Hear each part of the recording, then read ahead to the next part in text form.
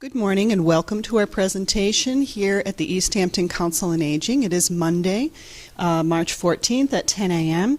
We're very pleased to have Jan Finklestein from Overlook Services and her assistant, Elaine, who is with us today as well, and a small audience. I'm looking forward to the presentation. I'm going to let Jan take over. She is a registered nurse with many years' experience in the area of gerontology and medication.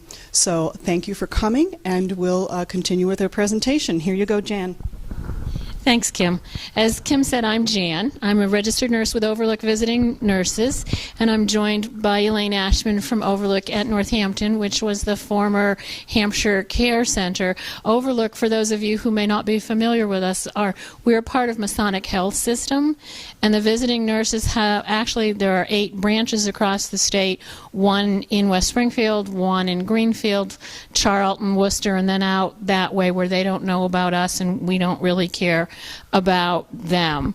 And the purpose of the presentation is to help you understand some of the really small, easy things that you can do to keep yourself safe and independent. And I'm going to start by asking you a couple of questions. First, is anybody here fallen in the last 12 months? That's great. Anybody here afraid of falling? Kim, thank you, Kim. Well, we know that 1 out of every 3 people over age 65 is going to fall in the next 12 months. And that translates into about 1 person over 65 falling every 2.5 to 3 seconds. So it's a huge problem.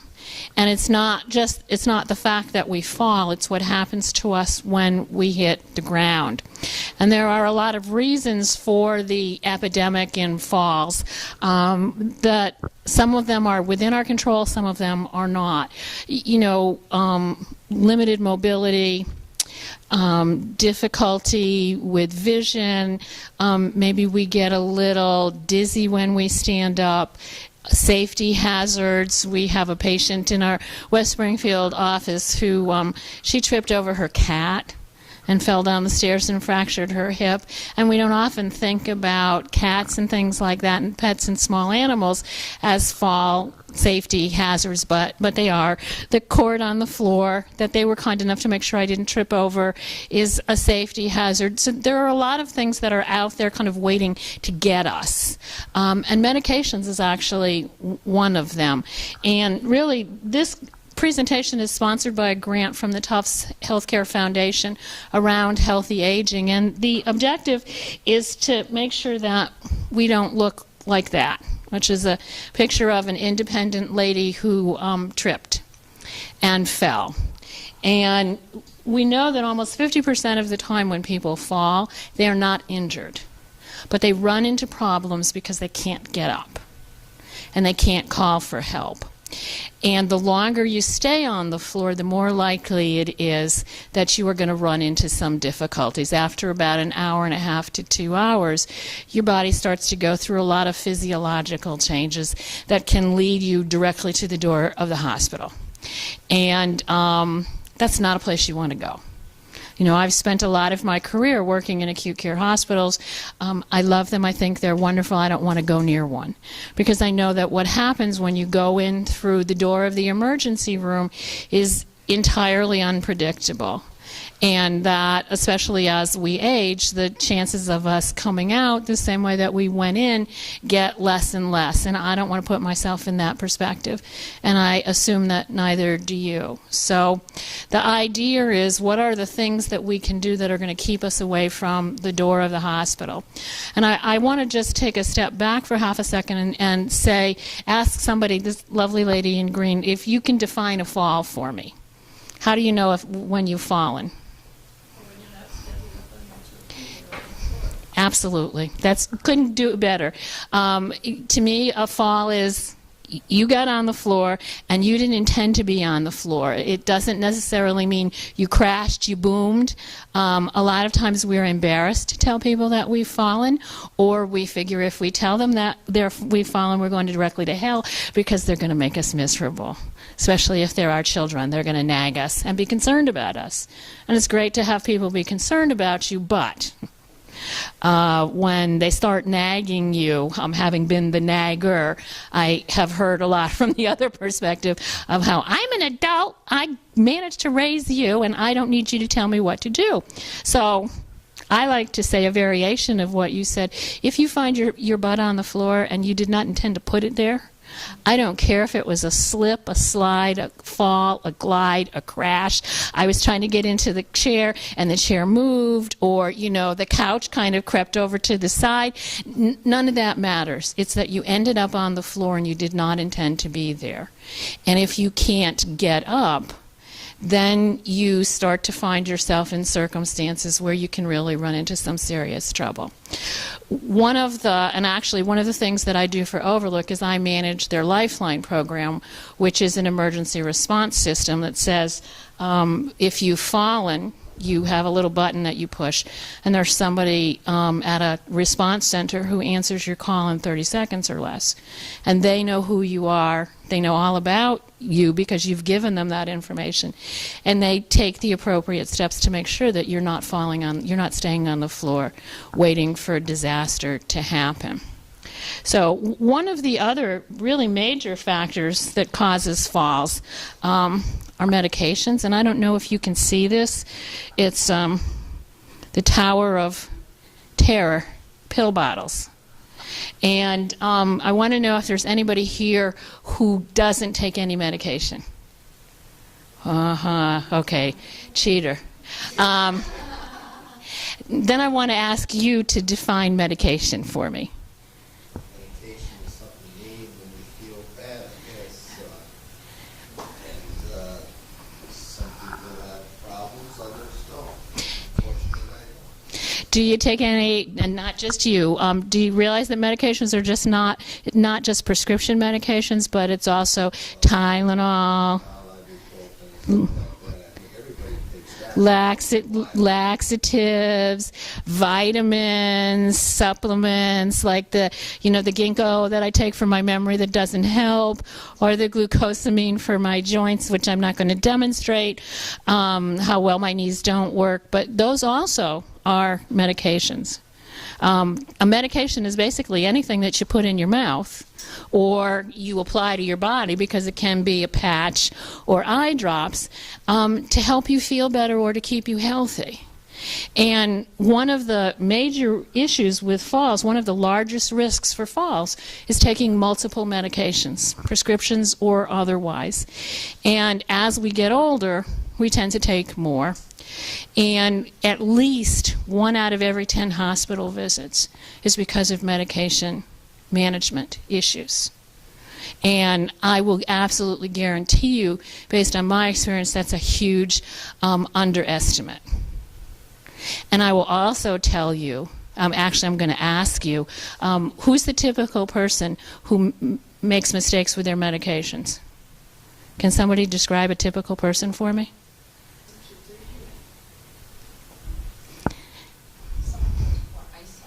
Yeah? Were you going to say? Someone that hasn't had a good night's rest and have a coffee, but they're not video. Right.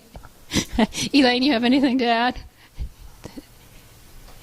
She's as typical a person as anybody else.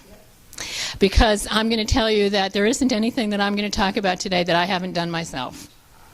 It really doesn't. We like to think that medication errors happen to people who are older and they're confused and they might have some dementia going on, memory problems. The only requirement to make a mistake with a medication is to take it.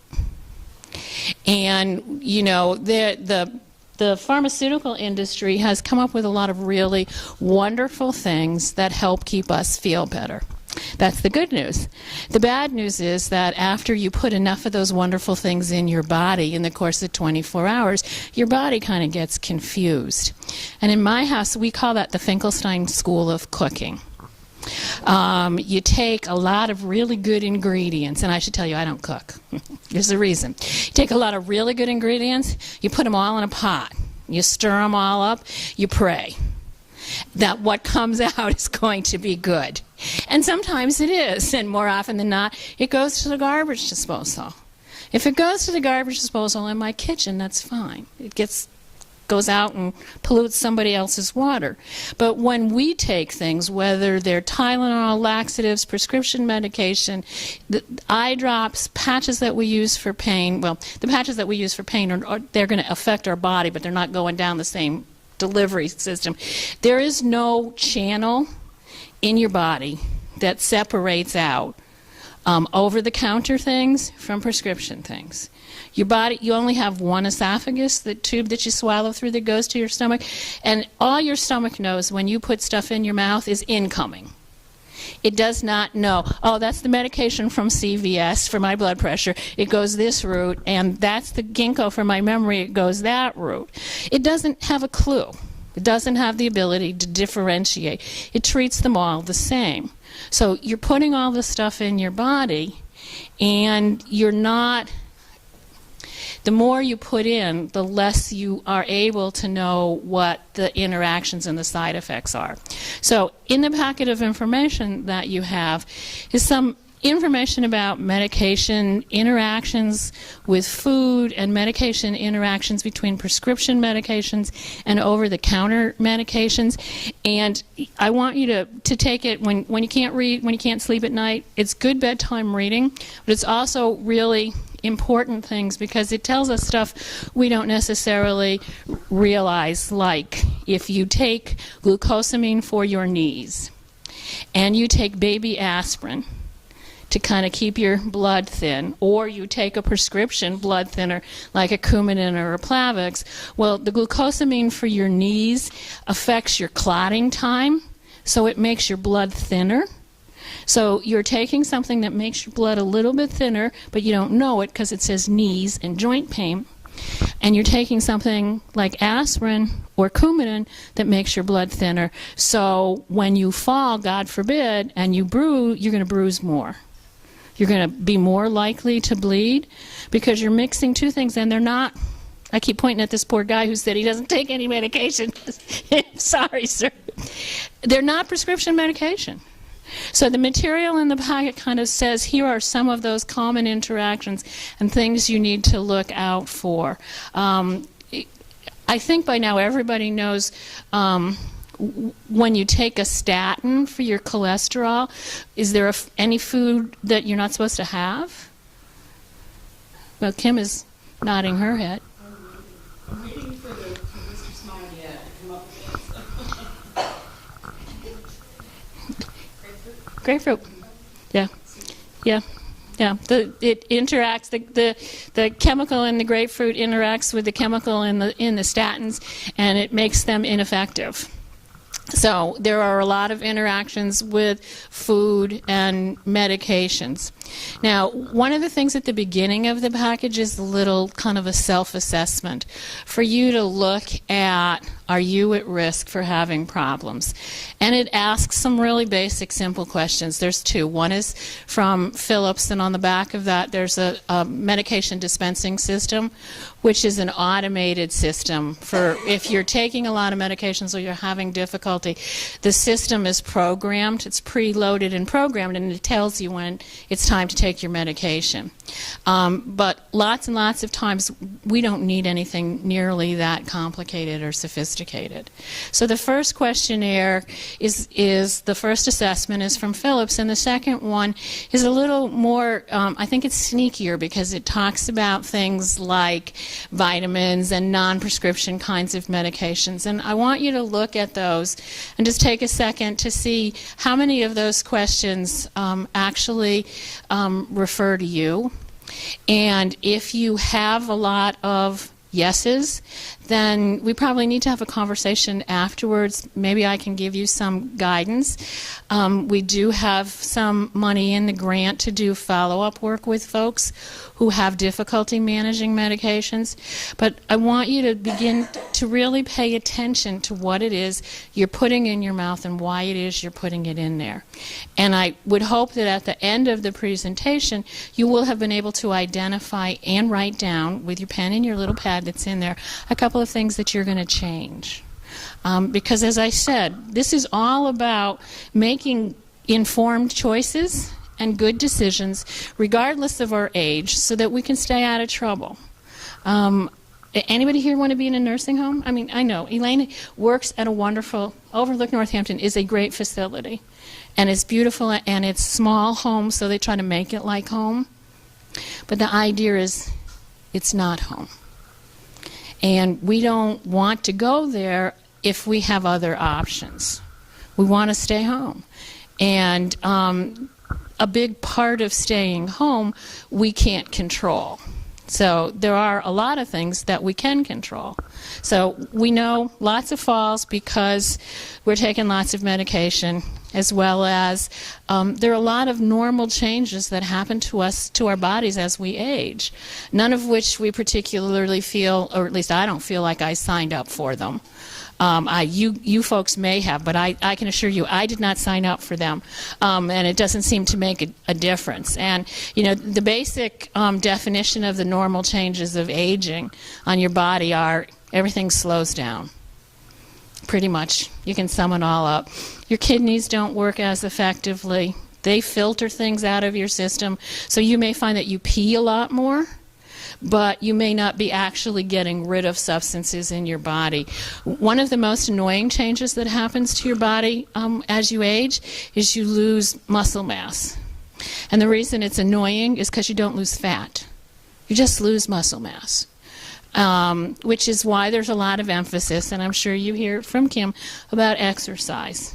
Even little bits of exercise have been shown clinically in repeated studies to really make a difference in keeping up your muscle mass. So even if you're 80 and you haven't exercised before, that's not an excuse. You can do seated exercises. You can do leg raises. There's some stuff in there, a brochure about avoiding falls. And actually, if you have a partner or a spouse, some of those exercises, the seated exercises with the straight leg raises, they're really good if you're sitting across the table from your spouse and he's misbehaving. Or this is an arm exercise. And if you just happen to be on the wrong end, hey, you know, so you got a little incentive to exercise. That makes a really big difference because fat stores medication residue differently than muscle tissue. So if we have less muscle and more fat, what that means is that we're going to keep medication stored on board in our bodies longer than we might have when we were younger. So we've got muscle tissue going away. We have, our kidneys have now kind of decided to go to another planet. Our liver doesn't function so well. So there are a lot of natural changes with aging that affect how our body handles medication. So that all of our systems are kind of slowing down a little bit, and we're putting more in. And that's not a really good combination. And then there are all of those things that we could control but we don't pay attention to. Like, does everybody here know what medications they take, except for you? Do you know the names of the pills that you take and the reason that you take them and when you're supposed to take them and what the side effects are? Because if you don't, you're going directly to hell. And you're not going to have anybody to blame but yourself. I think I said earlier that my experiences as the nagger on the side of the family, debate about, I don't need you to remind me what to do. Well, maybe you do really need me to remind you what to do when you don't take responsibility, don't refill your medications for 4 or 5 days, and then you have congestive heart failure and you end up in the hospital and you tell the physician, I forgot to fill them, I didn't think it was a big deal. Well, that's the kind of behavior that leads to the emergency room, and it makes your family really crazy. And it's preventable. So what I have kind of put together for you is what I like to call a little toolkit. There's a little packet in there that talks about the 7 deadly sins of medication management. Not knowing what you're taking, why you're taking it, when you should be taking it, not having a central person like a pharmacist who knows everything that you're taking, including the non-prescription and the supplements, not looking at labels. And I'm telling you that I do all of these things. So it's not just that I'm nagging you. Every time I nag somebody in a presentation, I'm reminding myself that I need to read the label and practice what I preach. So what I brought along, and maybe Elaine can help me, in the packet is, the first thing is a pad, little pad, and a pen.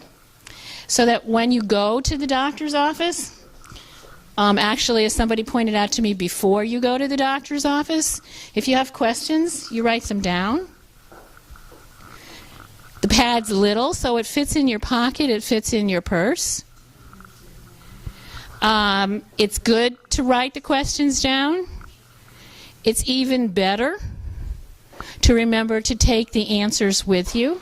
I can't tell you how many times I've sat in a doctor's office and really concentrated hard on what the physician was saying. And okay, I'm supposed to be a nurse and I have a medical background and I'm really paying attention. And I walk out the door and I couldn't even tell you the day of the time of the day that we had the conversation, let alone what it was that we actually spoke about.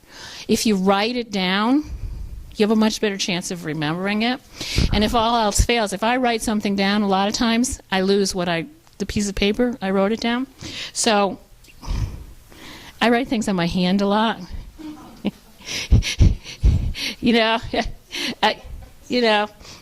washes off. I did this long before Sarah Palin got caught doing it. It works. So if all else fails and you have a pen and you don't have a piece of paper, write it on your hand. The idea is to ask, what am I taking? Why am I taking this? What's the side effect? Should I be taking it with food or without food? I take thyroid medication. I've taken thyroid medication for 30 years. Maybe about 6 years ago, I figured out that I was supposed to take my thyroid medication early in the morning before I did anything else or took anything else. I never did it. I didn't pay attention. The doctor told me. I'm sure he did, but it went in one ear and right out the other. So what am I taking? Why am I taking it? There's a thing called the File of Life, which you may already have. It's a red folder. It's a list of all of your pertinent information, your name and your address and your allergies, and all the medications that you're taking. And if I can see yours, it's underneath your pill bottle. That envelope, the little red envelope, is magnetized, so you can put it on your refrigerator, but it's small and it's thin and it'll fit in a pocket. And you need to take it with you when you go to the doctor's, unless your memory is better than mine and you can tell them what the doses are of the medications that you're taking. And, it's nice to think that if you have different specialists, even if they're in the same multi-specialty group practice, that they communicate with each other, and maybe they do and maybe they don't. So they might all know what you're taking, but you need to take some responsibility to make sure that you're telling them what you're taking. And things change. You might have snuck in a little bit of ginkgo since the last time. You may find that you're having trouble sleeping and you're now taking Tylenol PM, which unfortunately is nasty, nasty, nasty for us older people. Ooh, I said that. I'm going to hell. Okay. I have a big birthday coming up, so I'm getting prepared. Tylenol, pardon? Because of the Benadryl? Yes.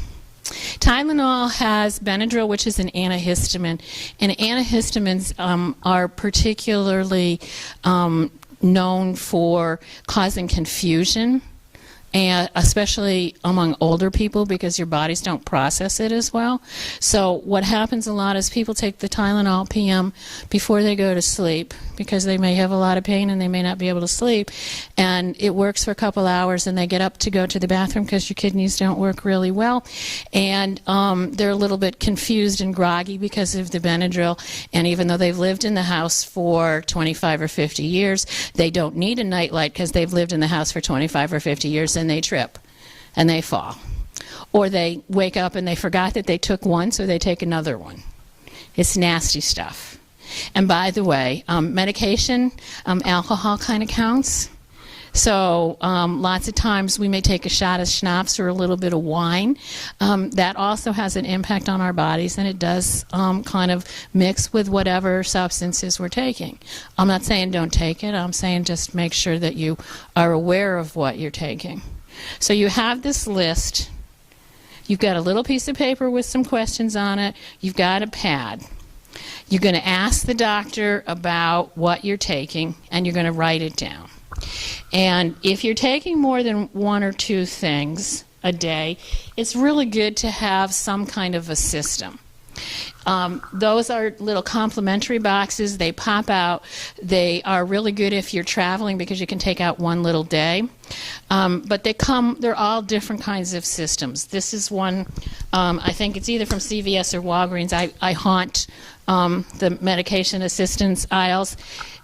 If you want to just pass it along, it's larger, it's easy to open. I think it cost about $5. There are all different kinds. You can buy them anywhere. If you don't want to buy one or you want to use one and you don't have one available, egg cartons and a little pen, you can just write the day of the week on the carton. The idea is to have some system that's concrete where you can tell that you've taken what you've taken, because I can't tell you how many times I've stood at the sink in the morning trying to remember if I've taken my medication or not. And when you find yourself in a case like that where you can't remember if you've taken it or not, what do you do? Yeah. We see in home health care at the VNA, we see a lot of people who run into problems because they can't remember if they took their blood thinner, so they took another blood thinner. And they went directly to the hospital because they made their blood really thin. In general, if you can't remember, just skip a dose and then take it at the next regularly scheduled time. You're a lot less likely to get into difficulty that way. If you decide that you're done with the medication, whether the doctor thinks you are or not, you want to talk to the doctor before you stop taking it. So if you skip a blood pressure medication, you can't remember if you took your pill, that's fine. But if you decide that your blood pressure medication is making you sick and you're not going to take it anymore, have a conversation with the doctor or the pharmacist before you abruptly stop it, because you're taking it for a reason. And assuming it's working, it's controlling your blood pressure. If you stop taking it, you're going to have the possibility of a rebound effect where your blood pressure goes up and you get into difficulty. Yes, sir. You have a medical dictionary, and it's all what simvastatin does, what lisinopril, Yep. and you know why you're taking it. Right, exactly. High blood pressure. And you can ask the pharmacist to tell you why you're taking the medication in English. You can read the package inserts, but they're not always easy to read. They explain what the side effects are and what the medications are for, but the print is really tiny and the language is kind of obscure. The pharmacist will speak English. The doctor will speak English. I really recommend strongly that you have a pharmacist who knows everything that you're taking, so that he or she can catch if you're taking something, even the example I used of the glucosamine and the aspirin, or the glucosamine and the blood thinner, the prescription blood thinner. Somebody who's filling your prescriptions, who's familiar with your history, is going to be much more likely to pick something like that up. And even though we all price shop for drugs, it's pretty difficult to avoid that because they're so expensive. You still need to have one person who knows. That person's not going to ask you if you bought them all from their store or not, but you need to have a center person. So we've got our list of medications. We have our little pad for questions. We have a pen. We have some information in there about interactions and stuff. We've picked up our medication and we brought it home. And then what do we do with it? Okay. How do you know when you need it? This is part of the do as I say, not as I do part of the presentation. You read the label. I don't know how many of you read the labels on medication. So I'll tell you a little story about I had taken a medication. It was ordered for me in capsules, and there were supposed to be 20 milligram capsules, and the pharmacy only had 10, so they gave me 10s, and they said take 2 every day. So I did. And when I went to get the prescription refilled, I picked it up and I kept on taking 2 every day. And they looked exactly the same, except that I ran out of them in 2 weeks instead of 4 weeks. And I was very annoyed and went back to the pharmacist and said, "What did you do to me? You only gave me half my prescription." Well, if I'd read the label said 1 capsule every day because they got 20 milligram capsules.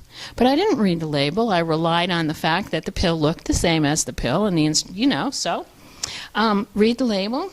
There's a lot of really good information on the labels, like what the pill is. Unfortunately, it doesn't necessarily tell you why you're taking it. So you can ask at the pharmacist and take your little pen and write blood pressure or whatever on the label.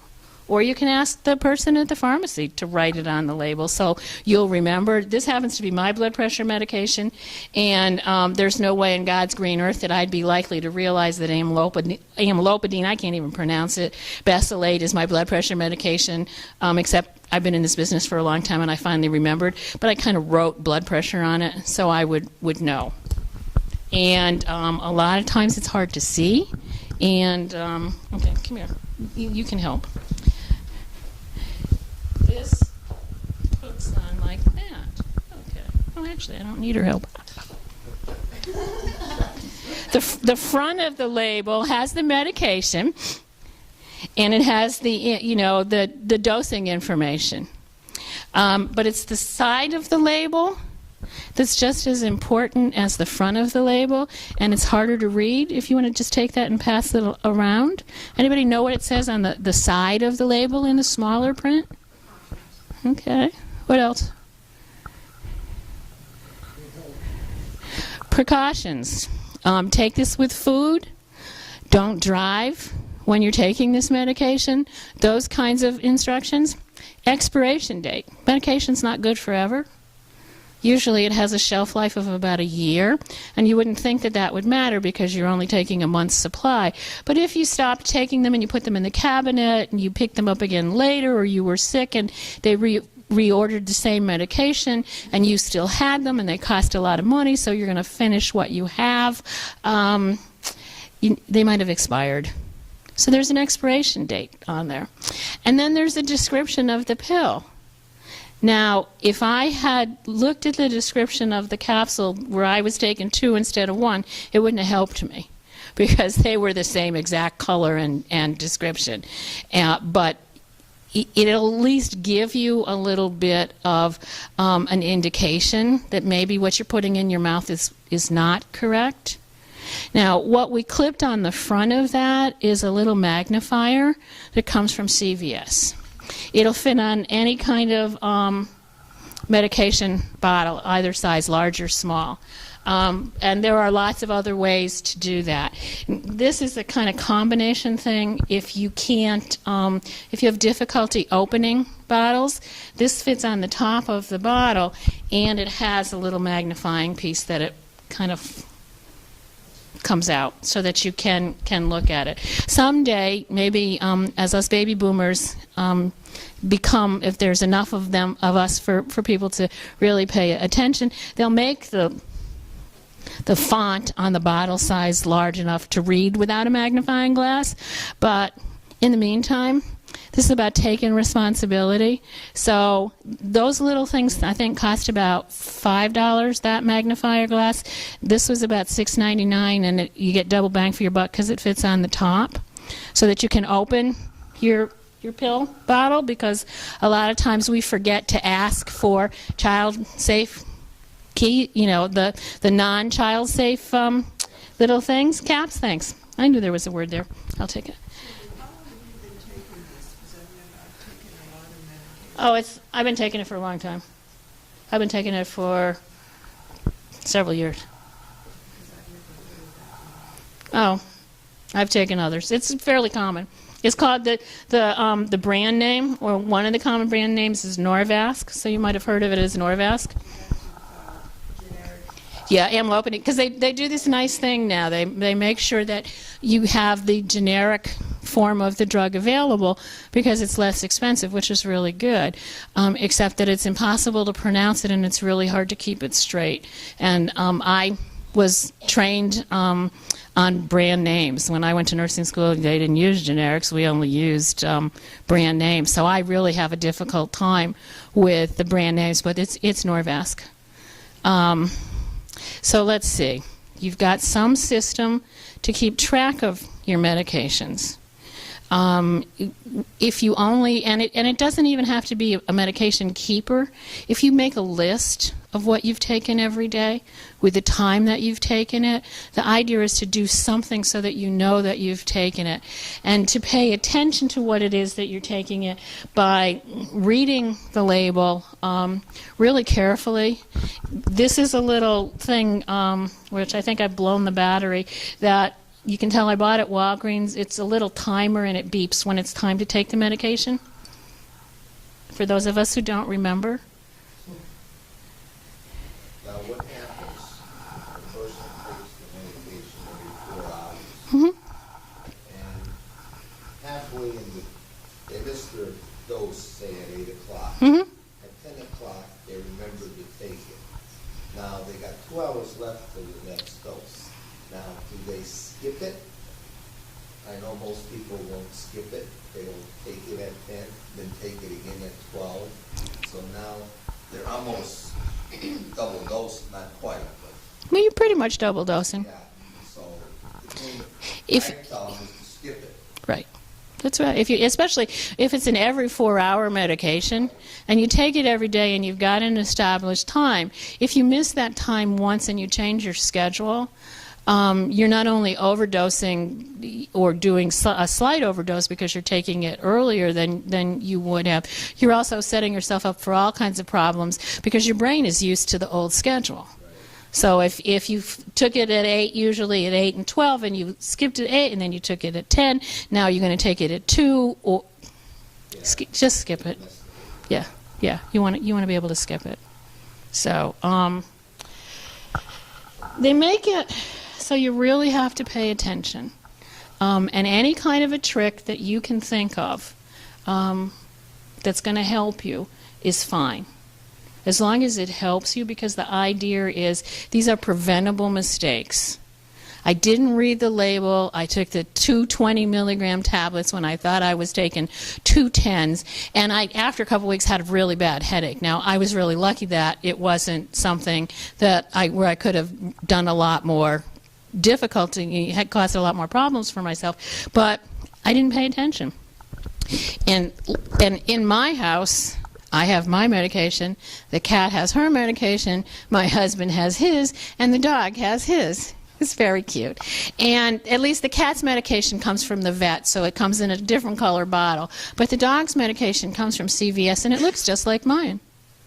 And I've taken mine and separated it from the dog's so that I don't take the dog's, because he takes phenobarbital. He's got a seizure disorder. I don't want to be walking around feeling really good and really mellow from taking the dog's medication, although it doesn't seem to have that effect on the dog. So I separated them cleverly, and so my husband gave my medication to the dog.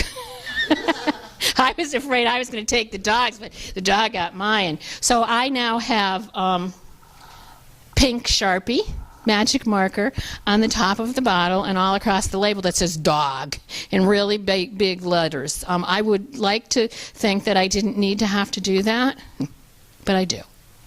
And the only thing that's worse than doing something silly like that is not doing something silly like that. And my pills that look like the dog's, I take 9 of them. So if I took 9 of the dog's pills, I would be in deep doo-doo in the emergency room, feeling probably nothing for quite a long period of time. So these are really simple things that we can do to take a little responsibility. There's nothing on God's earth that's wrong with asking the doctor a question or the nurse a question or the pharmacist a question. There is no stupid question. There are only stupid people who don't ask questions. So unless you want your family nagging you, or you want to have your quality of life compromised, you need to pay attention. And that's really what the message is. There are a lot of things that we can do for ourselves. I cannot control the way that my kidneys work. I can certainly manage, what I eat and how much I drink and how much salt I have and all that kind of stuff. But ultimately, my kidneys are slowing down just like everything else. I absolutely can control whether I take my medications and put them in a little box so I remember that I've taken them, that I know what my side effects are, that I read the label, that I take some responsibility. Because at the end of the day, it's my bottom that's going to be substantial, but it's still going to be on the floor. And I don't want it there. So, the moral of the story is, if you don't want people nagging you, if you don't want to end up losing your independence, then you take care of yourself and you take responsibility. And I hope that you will, there are evaluation forms at the back of the packet, but I hope that you will think a little bit about things that you are going to do differently. I don't know if anybody has anything that they would like to share that they're going to change. But while you think about that, I think that I have enough tickets. If you would, Elaine's going to distribute the tickets. Each ticket has 2 pieces. You keep one and give her the other, because I have a raffle for a $25 gift card for Stop and Shop. Oh, geez, and I still get to pick it. Okay, let's see. The ticket is 372200. Over there. Okay. Congratulations. That's it. $25 gift certificate to Stop and Shop. All right. Thank you so much. You're so welcome. Thank you for coming. I hope that this was helpful. Is there anything that you wanted to talk about that you didn't get a chance to talk about? You just mentioned about drinking water with your pills. I'm sorry, go ahead. Go ahead. If I should fall, is there any way that I can try to get myself up? Actually, there is. And what it's suggested that you do is try to either roll or inch over 2 pieces of sturdy furniture and try and pull yourself up onto the furniture. But the easiest thing to do if you fall is to push your lifeline button. And actually, I have a little sample lifeline call so that you can hear it. This is actually something called an auto alert, which is a backwards little pendant right here. It's a fall detector, so it knows if you're on the ground whether you want to call it a fall or not. And if you're there for 30 seconds or more and you don't push the button initiates an automatic call. The idea is that they want to eliminate any downtime on the floor. And there are 500 people in Framingham at the Response Center who are trained and certified annually who answer the phone calls. When you push the button, it gets transmitted into a signal that goes to Philips, and it's answered in 30 seconds or less. And this is what it sounds like. This is an actual call. Your call is in progress. Please wait. Your call has been connected. Someone will be right with you. Hello, Shirley. This is John from Valley Hospital Lifeline. Do you need help? Yes, I do. What's the matter, Shirley? I can't get up. Okay, you can't get up. Are you in the bed or on the floor? Yes. You're on the floor? Yes, I am. And did you fall? I slipped. Are you hurt at all, Shirley? No, I don't think so. Okay, and is your front door open? Yes. All right, Shirley. I'm going to get you some help. I'll be right back, okay? Please hold on the line for me. Police and fire emergency. Hi, this is John calling from Lifeline. Okay. I have a subscriber who's fallen, is not hurt, and just needs some help getting up. Okay, where? At West Summit Street. What's the name? Shirley? So you've actually spoken with her? Yes, I have. And just so you know, there's a small dog in the house. It barks a lot, but is harmless. And I have a little medical history on her. Do you need that at all? Sure, go ahead. Okay, she is diabetic, uses a cane, and suffers from arthritis. She is also allergic to codeine, has mild COPD, and she has had a right knee implant. She's 71 years of age. Okay, thank you. Well, thank you, and could you please ask the emergency team to reset the lifeline unit? Sure. Thank you. Hello, Shirley? I'm here. Okay, they're on their way to help you. We'll call back to make sure you've gotten all the help you needed. Okay. Thank you. You're very welcome. So they answer that call in 30 seconds. They know everything that Shirley's told them, including about the little dog. And then what they're going to do after they get off the phone with EMTs is they're going to call Shirley's contact people and let them know that she's pushed the button and that help is on the way. They're going to continually go back to Shirley until the reset button is actually pushed. So even though they've done one phone call, you've done one phone call, they continue to stay in contact. Go ahead. There are differences between these different alarm systems. Aren't there? This one, when you've been down for 30 seconds, if you were Right. unconscious, it automatically would Right. go off, but not every one of them does that. Right. This is called auto alert. The basic lifeline system has either a pendant that looks pretty much like this or the wrist unit. And that one, you have to push the button. You don't have to talk.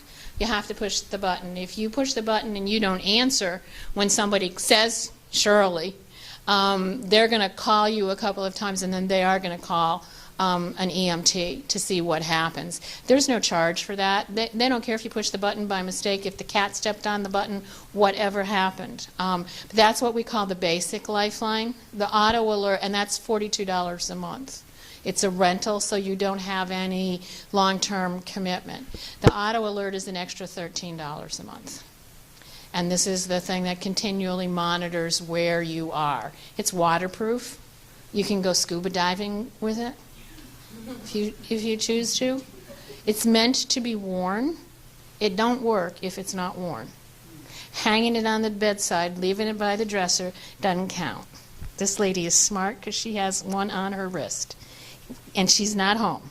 My question is, if I have a different one, how often should you really check those? With the Philips, they want you to check it once a month. And they suggest that you pick a day that you're going to remember, like your birthday, and that day you push the button so that you can test it. If you go a couple of months without pushing the button at all, they'll call you. Now, I don't know if it's like that with other services or not, but Philips is very particular about making sure that what you have is functioning. And, I'm sorry. She said that her door was open. What if the door was locked? If the doors, what they ask you at the time that they have it installed is, what do you want to do with the door? Does somebody have a key in the neighborhood? Is there a place outside the house where you put the key? Would you like a lock box like the realtors use? But if worse comes to worse and they need to get in, the EMTs are going to do what they need to do to get in. Whether her door was unlocked or not, because it's debatable whether we want to do that these days, even in nice quiet places like Easthampton. But the point is, for the record, the point is. Do you know how much it costs to be in the hospital for a fall-related injury? Okay, this is the question I got. Okay. 50% of the people fall, Right. so don't get hurt. Right. Okay, so if they lay on the floor, Mm-hmm. beside the point, if they don't need to take a medication for some reason, Right. what other problems would arise by just laying on the floor? Well, what happens from lying on the floor and not being able to move is, first of all, the area that you're lying on, your blood supply to that area is diminished, and after about an hour and a half, your muscle cells start to die, and that releases toxins that build up in your bloodstream. That's called rhabdomyolysis, and it can lead to kidney shutdown. You can get cold, which can have an impact on your circulatory system. You can get hypothermia. You can get dehydrated, which makes you confused and also can kind of mess up your kidneys. So there's a whole series of preventable things. You're perfectly healthy, and you gambled that you didn't want to spend the money on the lifeline or any other kind of emergency medical system because it costs about $1.30 a day, and we all have other things to spend our money on, or you're healthy and you don't need it, so you gambled, and you ended up on the floor, and your wife had taken the day to go shopping, and she left in the morning and she didn't come back for 5 hours. She might have had a really good shopping trip and didn't come back for 6 or 7, and you've been lying on the floor, really annoyed because you can't get up and you can't get help. And in those 5 hours, you are at significant risk for the muscle cell destruction. It's going to happen because it's part of how your body responds. That you're going to be dehydrated as we get older. We tend to have less of a sensation of thirst. So sometimes we're kind of borderline dehydrated normally. So you're lying on the floor, you're not drinking, you're getting dehydrated, you're getting cold. It's a big gamble.